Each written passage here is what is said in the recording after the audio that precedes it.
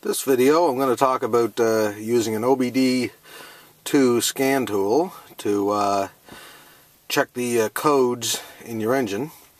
If you get a check engine light or one of those indicators, get these scan tools. I think I paid something like $120 or so for this about a year or so ago.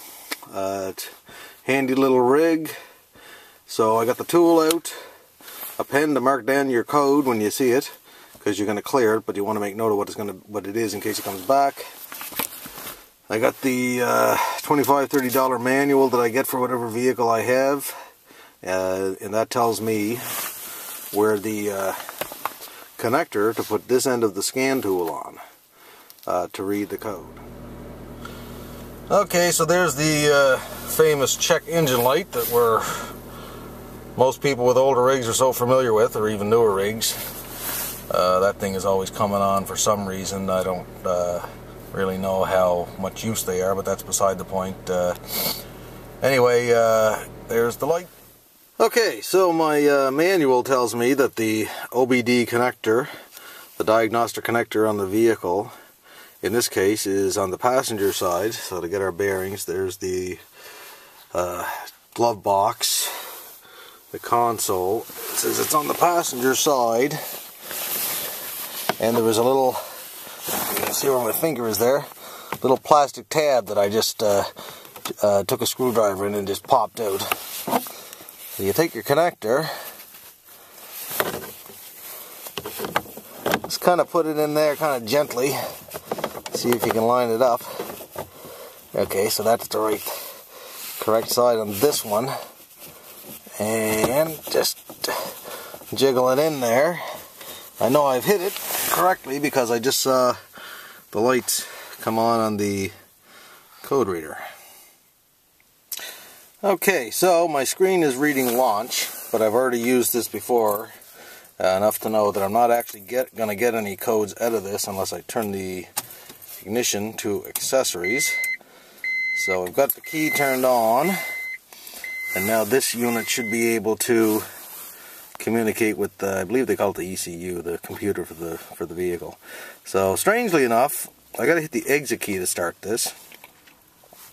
I don't know why it doesn't come up to just this menu I see right now. So now I see diagnostic codes lit up here, and the little arrow next to it. So that's highlighted. So I hit enter to select that, the green key in this case.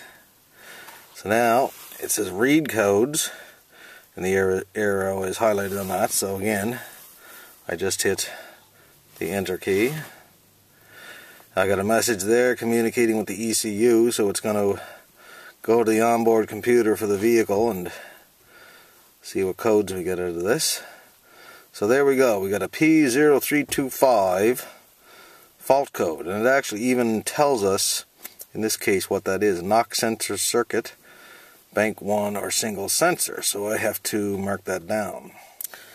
Okay, so I marked my code down.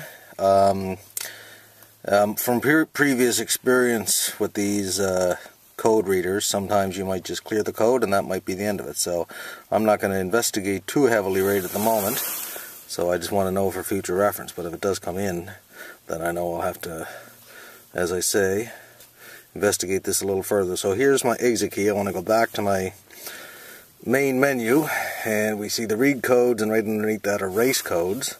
So I hit the little arrow down key to highlight erase codes, hit enter. It asks me if I'm sure.